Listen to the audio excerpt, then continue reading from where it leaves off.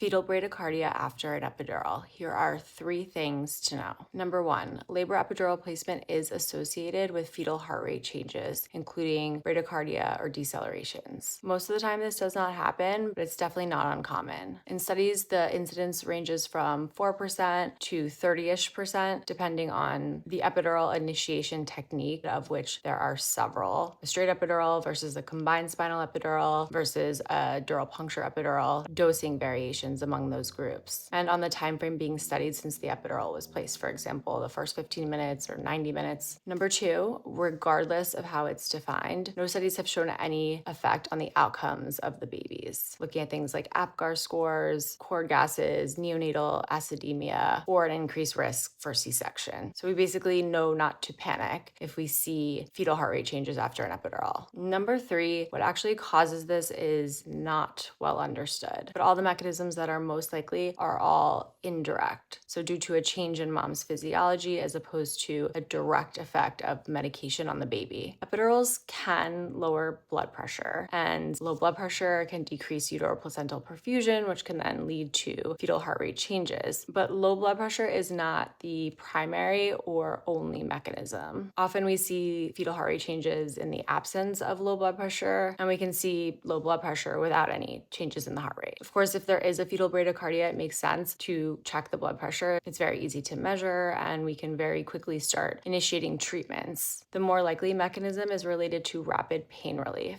which causes a decrease in circulating catecholamines, especially epinephrine. Beta-2 agonists work on smooth muscle, causing relaxation of the uterus. When that beta agonism goes away, the uterine tone can increase, contractions can pick up, the uterus can become hyperstimulated. Increased uterine tone can then lead to reduced uterine blood flow. This is more pronounced the faster the pain relief is. So there's probably an increased risk for this type of thing for patients who are in a lot of pain prior to their epidural placement. Other contributing factors could be positioning of the patients after the epidural. If a patient is placed completely flat on their back, there can be some aortocaval compression, leading again to reduced blood flow to the uterus. For combined spinal epidurals, if opioids are used in the spinal dose, this seems to increase the chances of these changes, possibly due to a direct effect on the uterine tone as well. Finally, one last hypothesis is that the epidural can relax the pelvic floor muscles, leading to faster descent of the fetal head, which can cause cord compression and classically be seen as variable decelerations of the fetal heart rate.